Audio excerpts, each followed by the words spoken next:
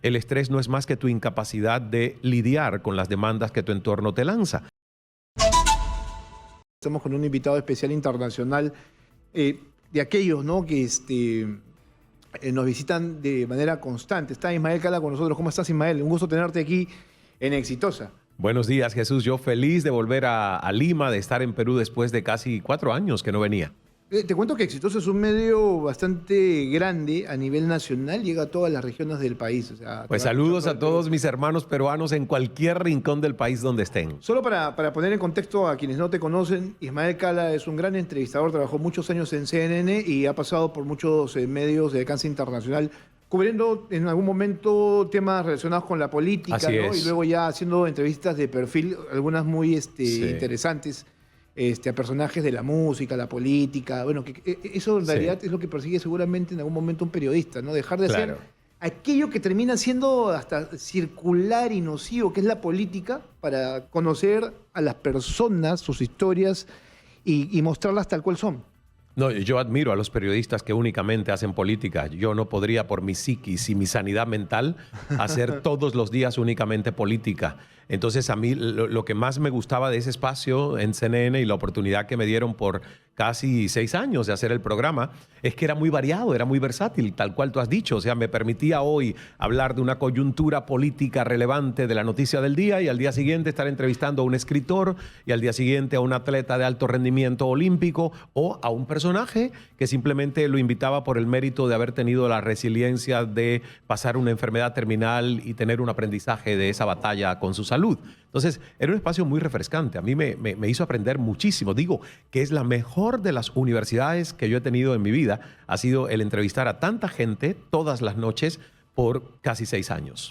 Y además abriendo un espacio de diálogo que hoy es difícil, ¿no?, de sostener, entendiéndose de que hay posiciones cada vez más extremas en las que no podemos centrarnos en un punto en común, ¿no? Nos cuesta, ahora, no sé, más que antes, poder unir criterios para caminar de alguna u otra manera hacia alguna salida, hacia un punto, ¿no? Es que se ha perdido el entendimiento que discutir no es agredirnos, discutir no es pelear, discutir, y la palabra etimológicamente así es lo que quiere decir, es romper un único discurso, ¿ves? Nosotros podemos discutir sabiendo que tú tienes un discurso porque ves el mundo desde un ángulo y desde una experiencia que es muy personal, y que yo tengo otro discurso porque veo el mundo y el mismo evento desde otro ángulo. Discutir es un ejercicio sano, es el debate que hace que la democracia prospere, pero estamos discutiendo con violencia, con imposición. A eso iba, justamente, porque en los últimos años el imponer ya es de por sí un objetivo. Claro. Cuando lo que uno debería hacer es tal vez incentivar más el sentido crítico de las personas. Digo, o sea, cada quien tiene la libertad para poder opinar y expresarse como quiera. Claro. ¿No? Bueno, ya ese no es el rumbo mayoritario del periodismo. El periodismo, desde que las redes sociales surgieron, los medios, que tenemos que llenar horas y horas de contenido noticioso y periodístico, ya te das cuenta que la gente ya se enteró del hecho, por lo tanto nos toca llenar horas en televisión y radio y medios digitales con especulación, análisis, contexto histórico, especulación futurista. Entonces yo entiendo también por qué se ha desviado tanto la premisa de la objetividad periodística, porque los medios, Twitter, todo, pues se nos anticipó como el hecho de dar la noticia. Entonces, ¿qué dices tú? ¿Repites lo mismo? ¿Por cuántas horas? Entonces, yo entiendo eso, pero al mismo tiempo digo, es una responsabilidad de los comunicadores buscar el consenso, buscar el centro, darle a la gente... Yo creo que sí. ¿No? Para mí lo es. Acá tenemos una máxima.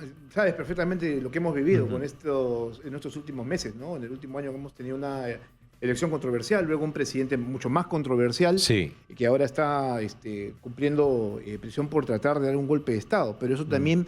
Y yo digo, ¿no?, porque muy pocos han hecho esta autocrítica respecto a la profesión. O sea, hemos sido parte del problema.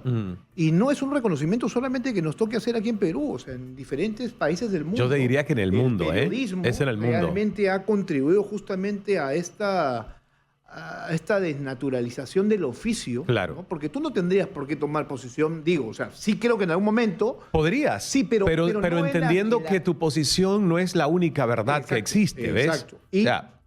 Y obviamente con el objetivo máximo de tener la mayor pluralidad posible, porque tú Claro. tendrías, o sea, digo, cuando ya asumes una posición y la defiendes, ya no estás haciendo periodismo, lo que estás haciendo es militancia.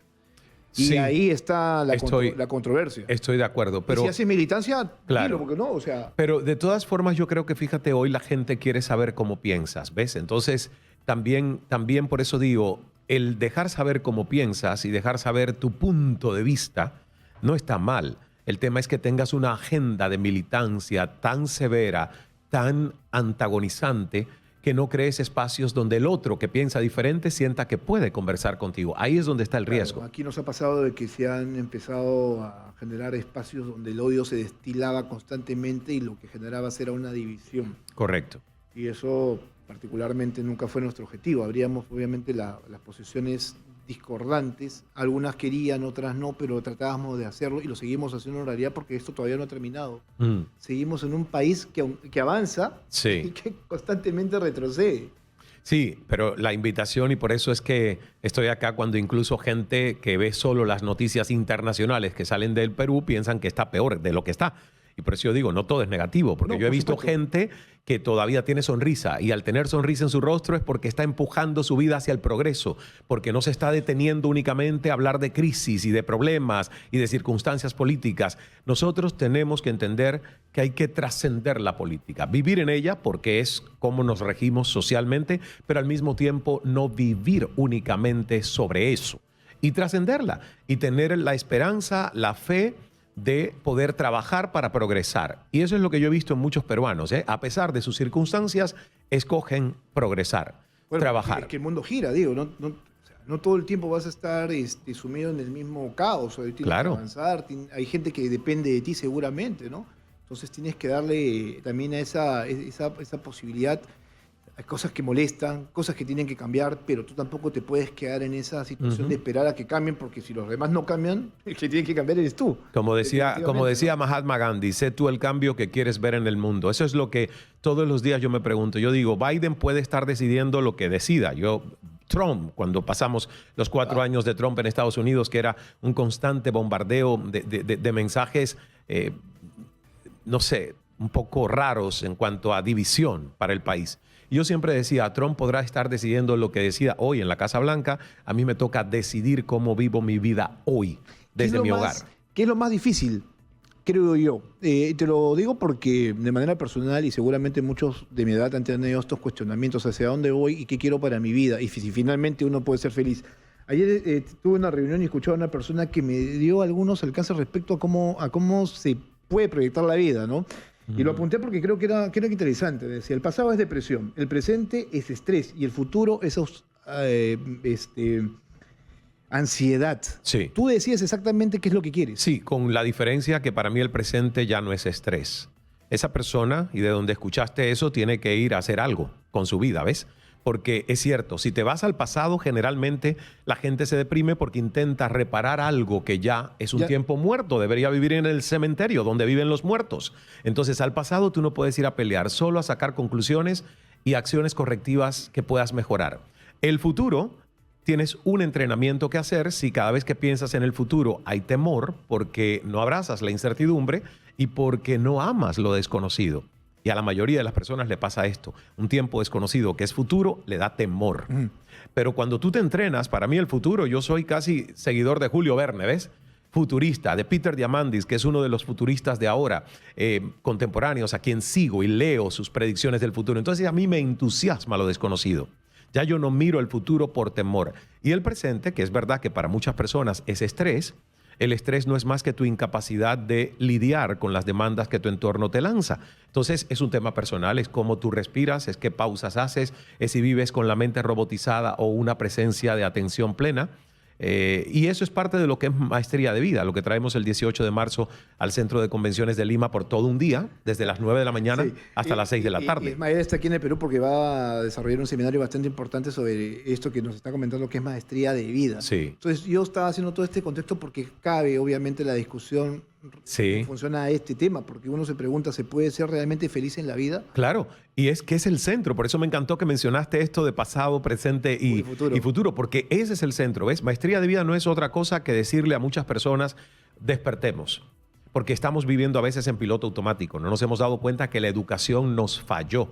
La educación nos limitó, nos domesticó para ser entes productivos es que te ante la sociedad. Eso justamente, te formatean, ¿no? Claro, para que tú seas congruente, seas obediente, no crear anarquía, piensa pero no tanto para que podamos gobernarte. Cuando lo contrario debería ser, impulsa más tu creatividad. Pero obvio, tu ímpetu de rareza, querer cambiar, ¿ves? Impulsa más tu rareza, porque en tu rareza está tu grandeza. Ah, no, la educación que a nosotros nos dan es no te destaques mucho, no seas demasiado raro, no seas tan único, porque no vas a pertenecer. Sí, y eso además es una constante, porque al mundo le cuesta cambiar, ¿no? Ahí, digo, yo soy bastante progre, o sea, tengo posiciones distintas, pero creo que Sí.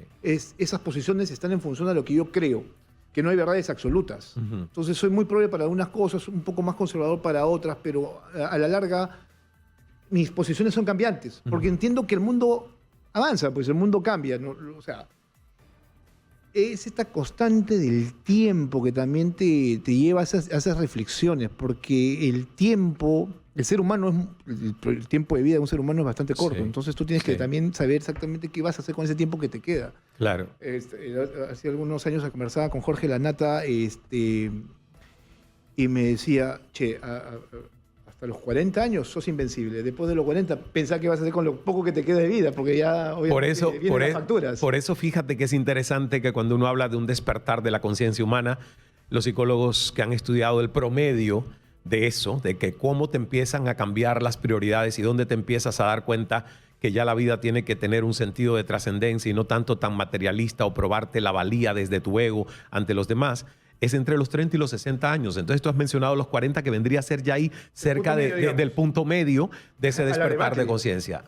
Claro, y es interesante porque es verdad, a los 20 te quieres comer el mundo, quieres probarte que vales, pero la maestría de vida está en entender, ok, ¿para qué hemos nacido? Como decía Mark Twain, 2 días importantes de tu vida, el día que naciste y el día que descubriste para qué naciste. ¿Cuál es tu propósito? ¿Dónde está tu misión? La gente que se conecta con una misión trasciende las depresiones temporales y las crisis que está viviendo en circunstancias, ¿ves? Porque sabe que la vida es expansión, es evolución y que todo lo que nos pasa nos deja siempre la posibilidad de evolucionar a un nivel superior. Y entonces no te quejas tanto. Eso es bueno, porque a eso que deberíamos llegar todos, ¿no? A ser seres superiores. Porque además, ¿qué nos da el tiempo y los años? Nos da lecciones de vida. Entonces, nos ayuda a tomar mejores decisiones. Ya si tomas decisiones equivocadas, pues eso es una cuestión de ser testarudo también, pues, ¿no? Yo soy muy analítico de las situaciones, pero también de las personas y los pensadores. Ahora, la próxima semana es el concierto de Joaquín Sabina y ya está él básicamente en la prostimería, bueno, al final de su carrera musical, no sé qué tanto, pero él decía que llega un momento en el cual, un momento tan temido que es el de hacer un balance de tu vida y dar cuentas a la vida también, ¿no? O sea, ese momento también va a llegar. Entonces uno va al final también tener esta reflexión de qué es lo que hice y qué tanto ayudó, no sé, a mi familia, a la sociedad, al mundo, qué tanto trascendí. Si tú no esa es otra preocupación. Claro, ¿no? Si tú no te preguntas cómo trasciendo, ¿para qué has vivido? Yo siempre le digo a las personas, ¿para qué has vivido? ¿Para crear familia? Únicamente familia. Pero la familia es una manera de trascender, ¿ves? Sí, claro. En el legado y la educación que tú dejas a tus hijos, a tus nietos, etc. Pero también hay otras formas de trascender. Lo importante es que cada persona, cada ser humano se lo pregunte. ¿Estoy alineado con algo que realmente me corresponde para utilizar mis dones y talentos? Porque yo siento que todos los seres humanos tenemos dones extraordinarios, somos únicos. Entonces, el tema está en permitirse quitar el piloto automático hasta de los pulmones para respirar y diseñar una respiración que desde nuestra farmacia interior es la mejor de las medicinas contra el aparente estrés que siento, la ansiedad o hasta los ataques de pánico o las tristezas que me pueden llegar por eventos que son desagradables y que los tengo que vivir y procesar, ¿ves? Entonces, para mí, esa maestría de vida a mí no me la dio la escuela, ni siquiera las universidades, que he hecho 2 carreras en universidades.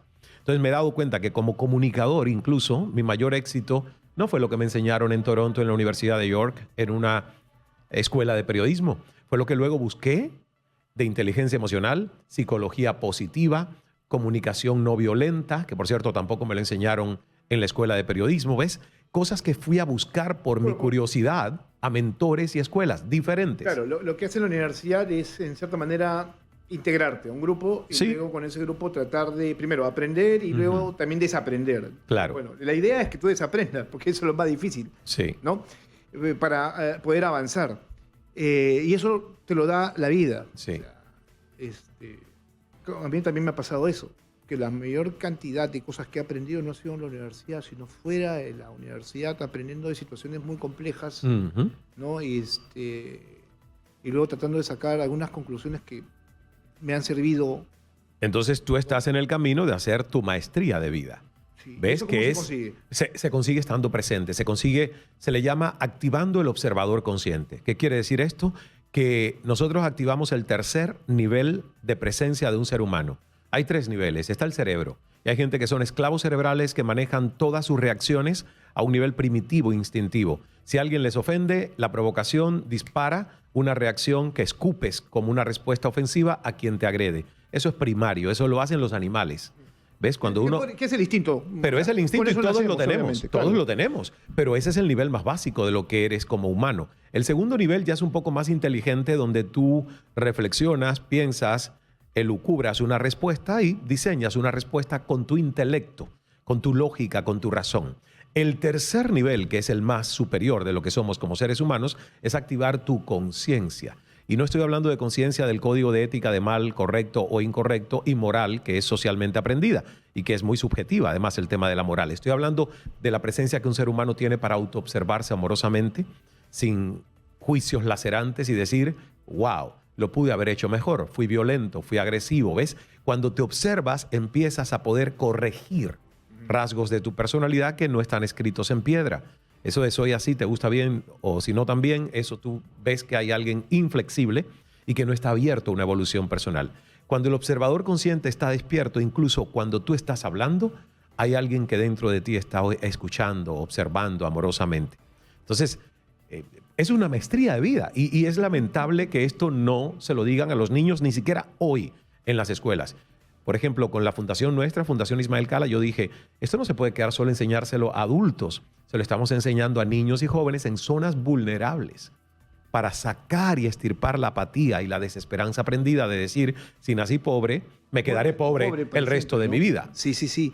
Eso es importante lo que tú dices. Aquí por lo pronto eso no está en el panorama, tampoco es que se enseñe en los colegios. Por eso te digo, el problema de la educación, no solamente de Perú, sino de tal vez el mundo o de este continente en el que vivimos, donde hay gran pobreza, es que nacemos y a veces nos formamos de manera cuadriculada, ¿no? Ujú. Entonces, los gringos, por ejemplo, los estadounidenses tienen otro concepto de vida, o sea, sal de la caja y haz cosas completamente diferentes, distintas. Sí. Emprende.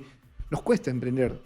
Nos cuesta emprender, es verdad, porque además emprender asume el riesgo de que no todo te salga tan bien como en el mapa mental lo anticipas. Sobre todo a los profesionales, ¿no? Porque, claro, Sí. uno llega a cierto nivel y dice, ya conseguí todo lo que estaba buscando en la vida como profesional, ya no tengo por qué aprender más, entonces me quedo aquí y entonces gano bien, tengo una familia, pues mujer, o sea, ya tengo todo el sueño completo y ahí me quedo. Claro, pero yo aprendí algo hace un tiempo atrás y es que lo bueno es el peor enemigo de lo mejor. ¿Ves? Cuando te conformas con lo bueno, te has negado a lo mejor. Y lo mejor no es una ambición malsana de nunca estar conforme con nada. No, lo mejor es agradecer lo que eres hoy, agradecer lo que ya tienes y has logrado hoy. Y con ese antídoto de gratitud deliberada puesto todos los días, decir, mi potencial es infinito. Si hoy estoy aquí, imagínate si sigo aprendiendo, desaprendiendo, reaprendiendo y evolucionando, ¿dónde estaré en 5 años? Entonces, esa es la filosofía de una maestría de vida. Es la única maestría donde nadie te va a dar un título de graduado. Porque se supone que el ser humano, hasta su último aliento, sigue en un proceso de espiral y sabiduría y sacando conclusiones de su propia vida.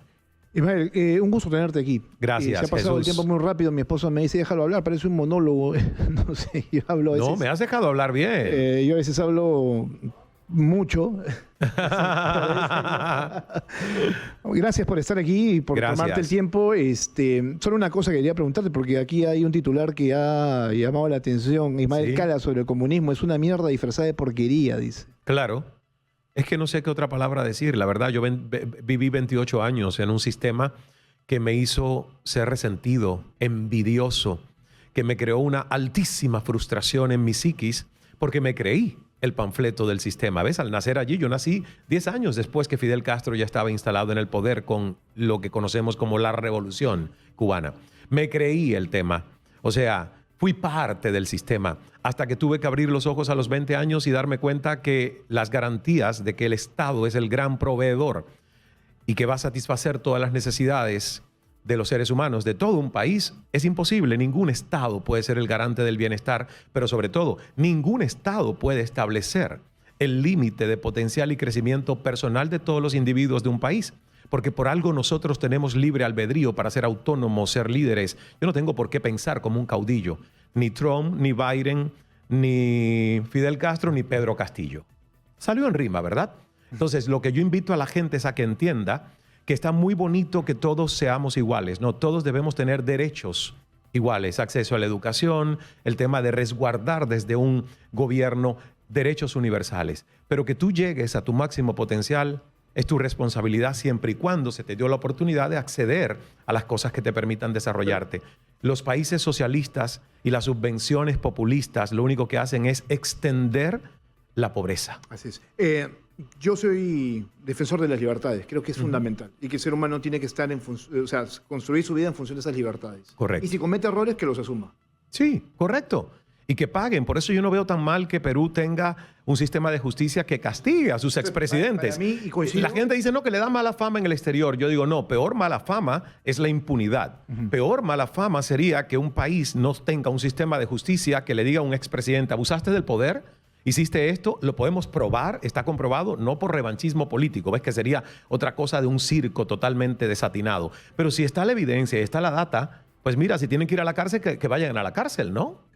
Cierto, coincidimos. Coincido con eso que tú dices, nosotros sí, el comunismo para mí empobrece mentalmente y económicamente, suprime las libertades y considero que, como tú lo dices, claramente es una mierda. Fíjate que en Israel, que hay los famosos kibbutz, creo que se llaman, que son comunidades socialistas, comunistas, donde todo el mundo gana lo mismo. Yo fui a Israel y pregunté, ¿cómo le ha ido este experimento comunista aquí? Me dijeron, mira, estos son turísticos. Hay creo que 2 o 3 que todavía más o menos intentan mantener el sistema porque fue imposible mantenerlo. Yo digo, wow, hasta este experimento falló. Pues es una demostración, ¿verdad? Que no funciona en la práctica. Gran conversador, Ismael. Muchas gracias. Gracias a ti. Solo en segundos, porque ya tenemos que ir a la pausa. ¿Dónde te presentas? 18 de marzo en el Centro de Convenciones de Lima. Tendré a Inés Temple, al padre Omar como invitados, influencers peruanos. Va a ser una cosa muy dinámica y todos los boletos están en promoción hasta mañana domingo en Teleticket. Bien, Ismael, muchas gracias. Gracias. Muy amable por estar aquí, invitado internacional aquí en Éxitos.